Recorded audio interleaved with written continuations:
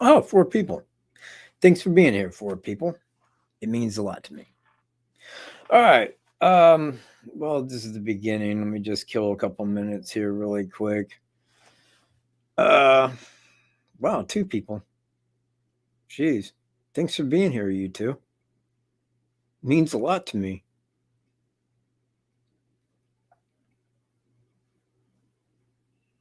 No, okay. Well, 1 person.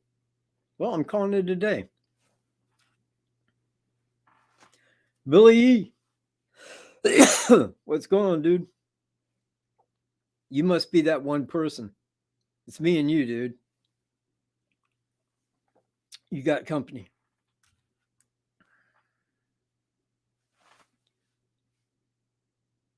Well, screw it. On with the show. This is Bogey's comment here. What is that? DNA match, fingerprint match? Is this poking at the foundation of your suspicion of TJB as a suspect? Let me cover the second half of that first. No, it is not, because that is not the foundation of TJB being my person of interest. Uh, Quite contrary. I had already stated long in advance of knowing about Mary Prieur that he was my person of interest in Delphi and Evansdale. And those two I stand on.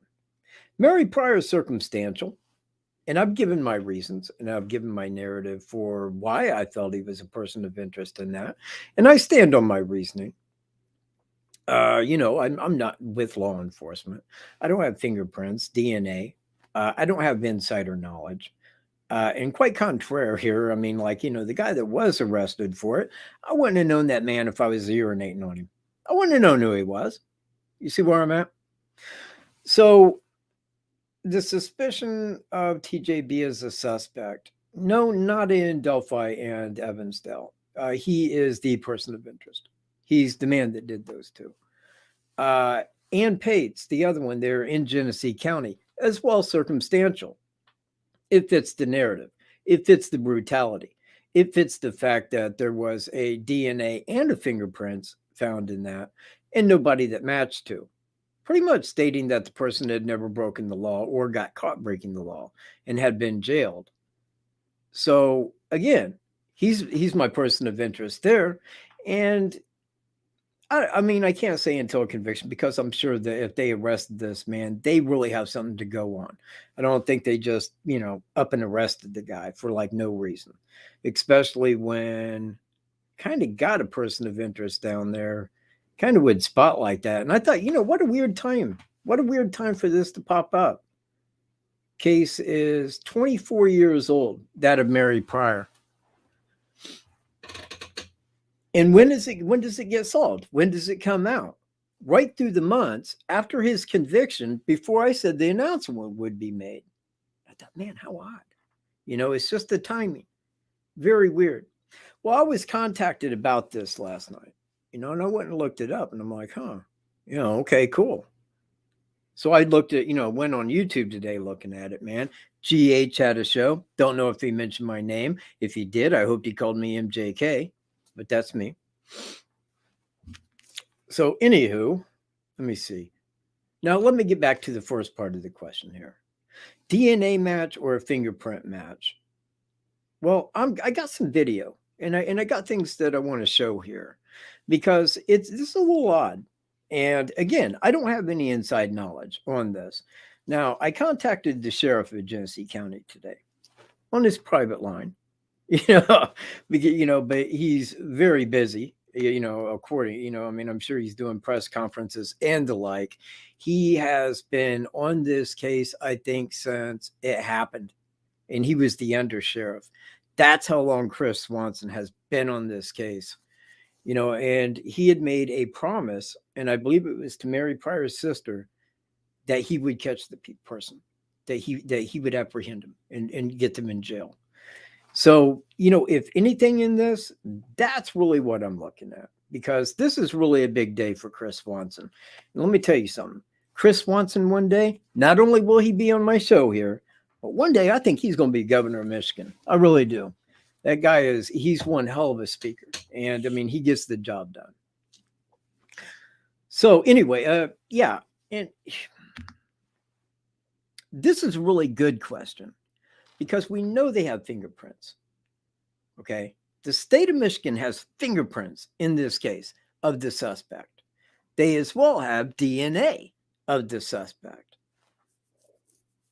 Now, what I seen and what I'm going to show you is that they have evidence stating that he was at the scene of the crime 1 year after the crime was committed. And he was a neighbor of Mary Prieur. I thought, well, that's kind of weird. Well, I got the video of him going to court today. You know, the initial arraignment. And I don't know what to make of that because I don't think the guy's innocent. I ain't saying that. But I wonder what they got because in that, they stated that he had a misdemeanor record where he had been arrested.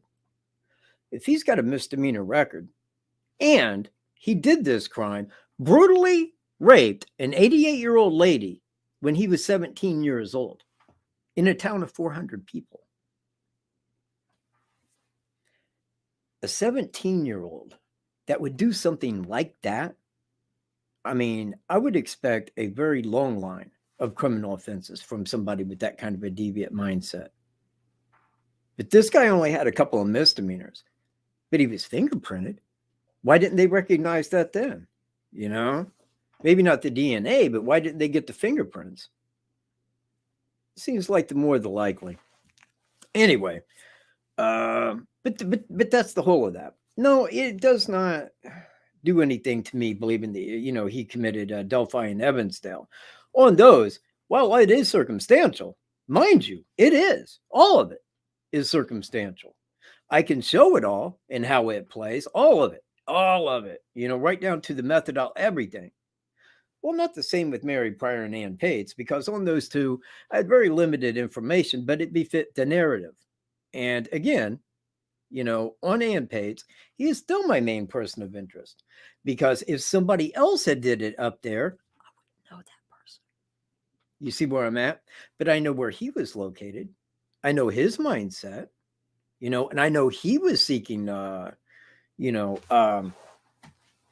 what do you call it? Like, opportunity. So it kind of befit the narrative that I was giving. But again, those were on very limited. And I can't place a lot on those, you know, like that. But I can give him as my person of interest because he befits that. Now, 10 people. You know what? I expected that there would be like 50, 100 people here by now. Man. Jeez. What is it, man? Huh. Anywho, on with this. Let me go pull up some video that I have here.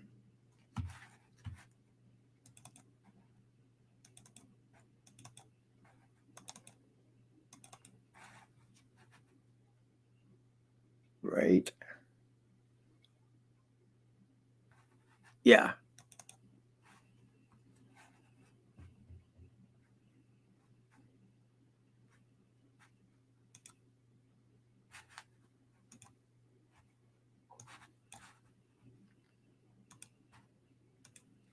Okay.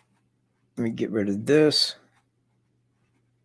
I'm going to share my screen here. This is his arraignment today, Mr. Burr. And there's quite a bit that can be gained from watching this. Let me see. Check it out. You knocked out, right? No, you too. Okay, I see the thing at the bottom. All right. Looks like we're live. We're on YouTube. People of the state of Michigan versus Michael Adam Burr. P-U-R. Are you Michael Adam Burr, sir?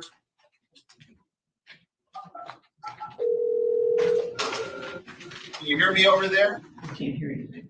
Can you hear you? Can't hear us? Nope. Oh, wait a minute, wait a minute, wait a Oh, minute. you know what? You're just. Yeah, we were hearing vibration, so we're good now. You there? All right, can you hear me? Yes, sir. All right, are you Michael Adam Burr? Yes. And I'm Judge Odette. If at any time, Mr. Burr, you can't hear me or see me, let me know. All right? Okay. Also, we have present with us Mr. Kevin Rush from the Public Defender's Office. It's my understanding, Mr. Rush, that you had an opportunity to talk to Mr. Burr. Is that correct? I did, Your Honor. We went through his trial rights as well as the rights to a preliminary examination within 21 days. He tells me he understands what his rights are, trial rights, as well as the rights to the exam. And I believe he'd be waiving any further reading of those rights. I also went through the charges with him. There are 3 counts. I read all the counts to him, including the potential punishment and fine. He tells me he understands what the charges are, disagrees, but he understands what the charges are and is waiving any further reading of the charges. Your Honor, also, he is requesting court-appointed counsel at this time. All right. Given the nature of the charges, seriousness of it, I'm going to make sure I make a record of it here with you, Mr. Burr, even though you and counsel have indicated you'd waive formal reading of the charges.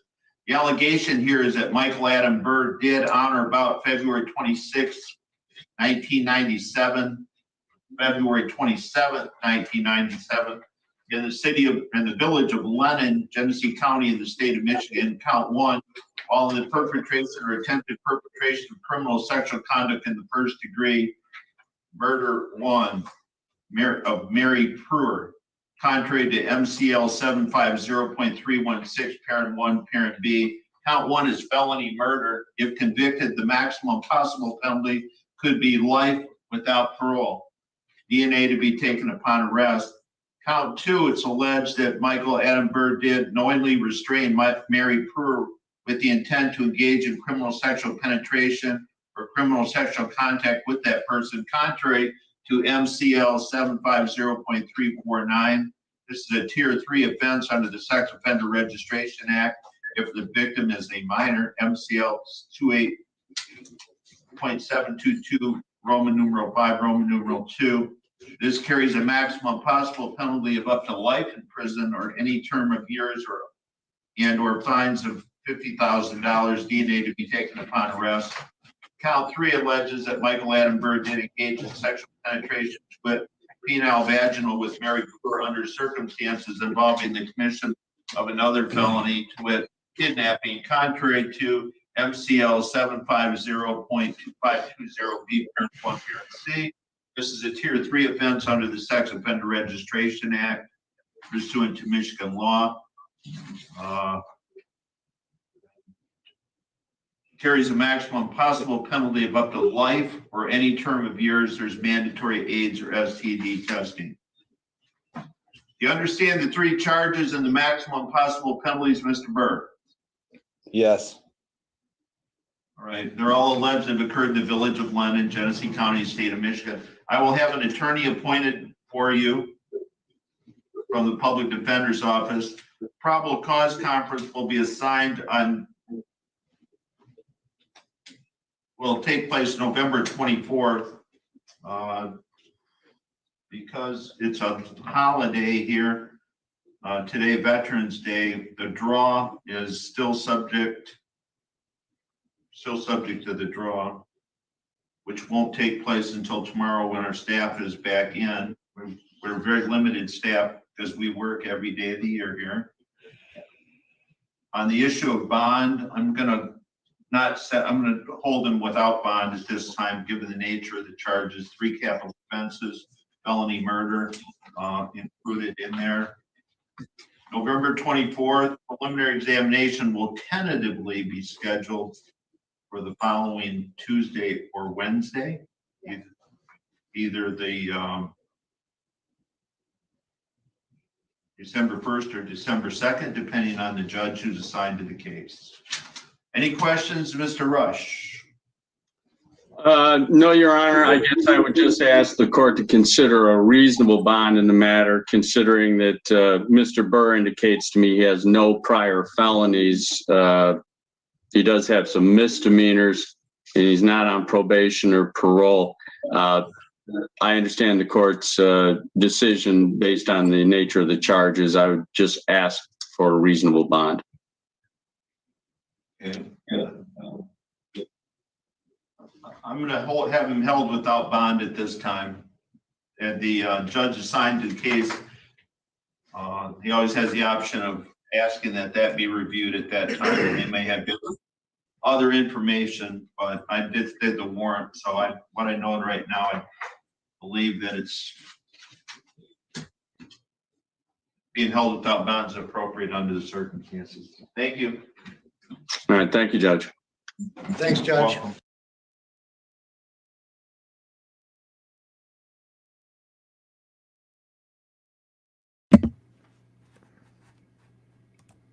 All right.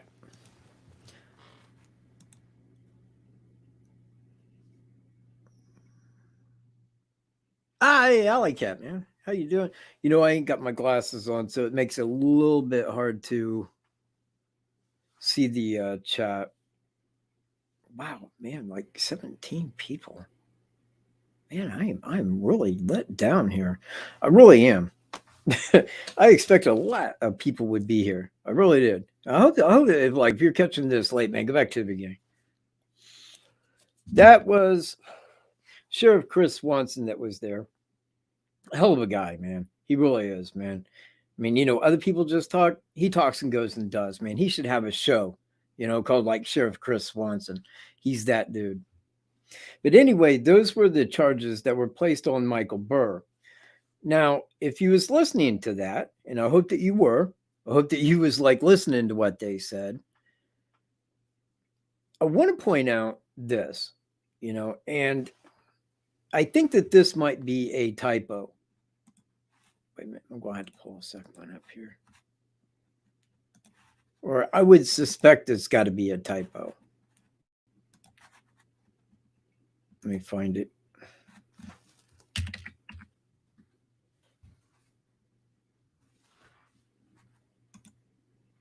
And see if it's this one.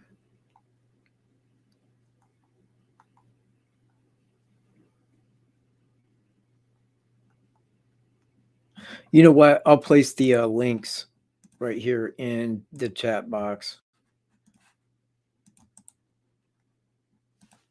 And this is the ones that I'm looking at. That's the first one.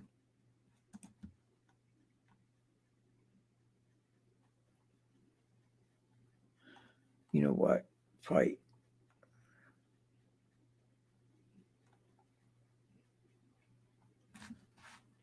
Easier way here.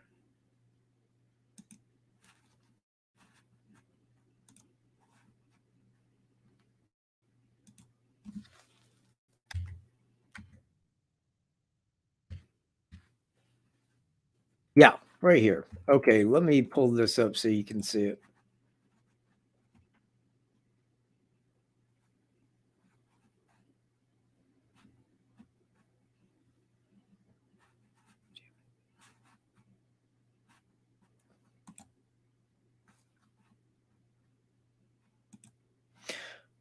All right, right here. And I hope you guys can see this. So it says right here, the sheriff said his department found or has followed up on leads around the nation, reports and evidence to solve the case. Within the last 24 hours, Swanson said police were able to develop a lead based on scientific analysis that placed Burr at the scene of the crime in 1998.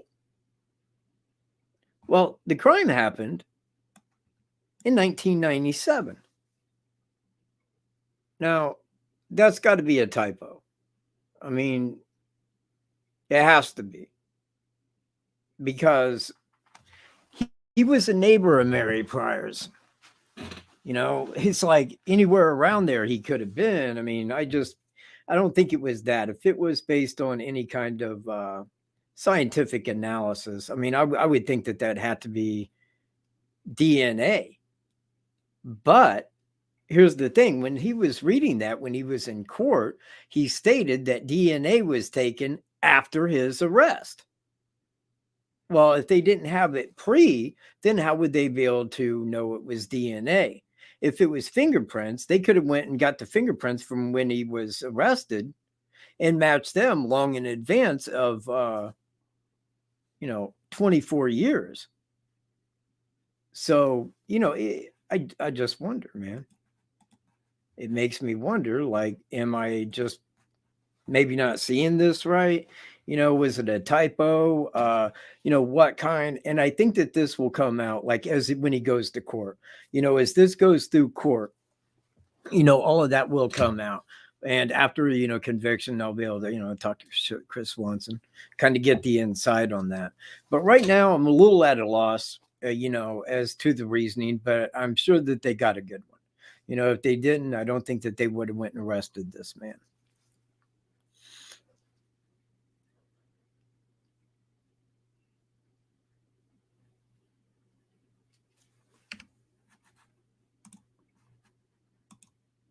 Well, if we're changing the subject, no or yes. How would I put it? Thomas Bruce went in and pled guilty to the Catholic supply store. Now, that's what he was on trial for. See, no charges have been brought forward in the other cases. After, and just like you stated there, after his conviction, after he pled guilty, which was the Friday before he would have went to jury trial, that was the time that these states could start going down and talk to him and file charges. Now, to me, and I don't know any of this, I don't know a damn thing on this, but if I'm him and I'm sitting in there for that long, 3 years in isolation under suicide watch, and I know I'm never getting out, I will never get out, ever. You know what? Because I think he was looking at police suicide when he did a Catholic supply store. I think that he is going to just go ahead and plead out to him. I'm positive that he will. I don't see it going in any other way. I'm sure that when they go down and talk to him, whether he does or not, charges will be filed. So that's just me. It's like this. If I'm going to court for, let me make something up, auto theft. Okay. Well, if I go in there and I'm pleading guilty to auto theft, and I'm like, nope, I'm just want to bypass all that. I'm just here to plead guilty, sir. Okay, now I'm in my right frame of mind. I'm pleading guilty to that. Well, it wouldn't matter what I said thereafter, man. If I said, oh, and I also did this, this, and this. Well, we're not here to hear that. One, that's not the court's job, is to hear your confession in cases you're not brought forward on. So, well, I do feel that he's going to plead guilty to Evansdale and Delphi, for damn sure, those two, because those are the big ones. Those are the ones that I got him on. Those are the initial ones. Those are the ones that I went back and studied. Those have a lot of evidence to them, a ton of evidence, of which I'm going to make a video covering all that, because pretty important to those cases.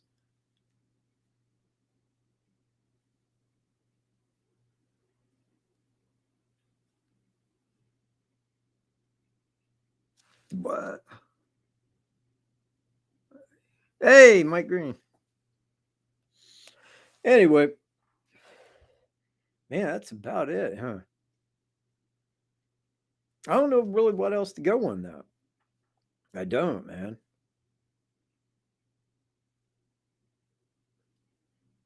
But I am, man. I mean, I'm glad for Sheriff Chris Swanson. I mean, he got the guy. If this Michael Burr, man, he's the guy. I mean, he lived up to the promise he made, man. He told her sister that, he would find the guy, that he would arrest that guy. Now, in one of the other videos, and I think that is monetized. I don't want to copyright anything. But when Chris Swanson was talking, he was talking about going back when he had spoke to him before. And he said at that time that the guy was guilty. He said, but I knew he wasn't going to say it. I knew he wasn't going to talk. And I think that this was kind of right off the bat Maybe not right off the bat, but not long after the bat. But he told him, he said, next time I see you, you'll be in shackles. And, you know, like 24 years later, man, and the guy's still living there too. Just living right there. I don't know, very peculiar. It's an odd case. You know, one I'm really going to be looking at, you know, as it goes through court up there.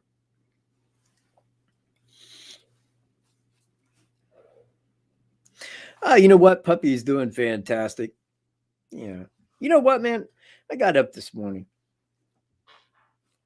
Came in here, man, you know, and had some coffee, you know, Puppy's there. And I opened my portfolio.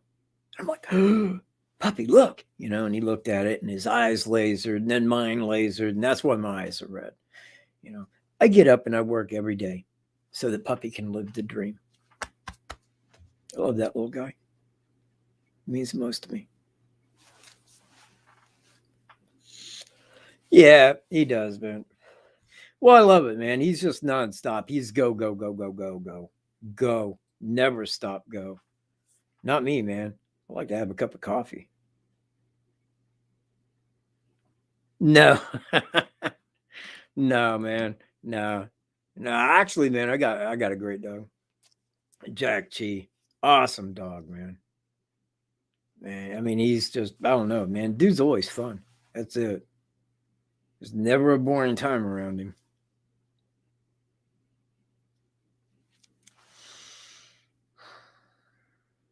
Ah, 19 people. Hey, go back to the beginning, man. Go back to the beginning. You missed it all. Right now, man, I'm just killing time for the half hour.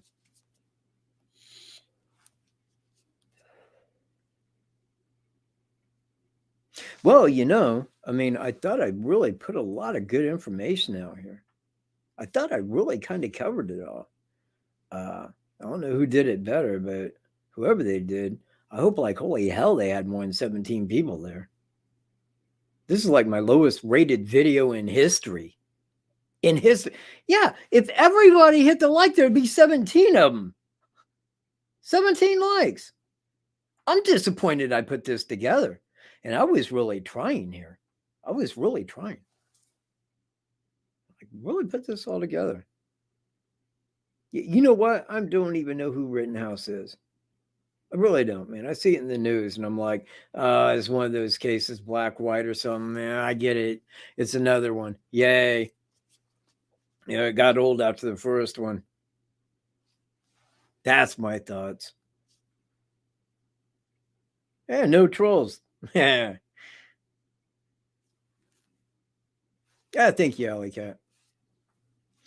So, I really don't know, man. I forget what thing is. I seen it the other day. It was in big news and all about the case. And I'm like, I didn't even check the hole on it. A friend of mine was telling me about it. And I'm like, okay. And that's really about it. Really don't sit around and do much on cases. Not a lot, man. I mean, everything Delphi and Evansdale, I feel has kind of already been stated. You know, already kind of put that in the books. I always want to make some videos covering that, but I don't know, man. There just never seems a time when I want to sit down and go make a video, you know, and put all that time and effort into it. Just me. Anywho, it is 6:30. Thanks for being here. All of you. Have a great weekend. Peace.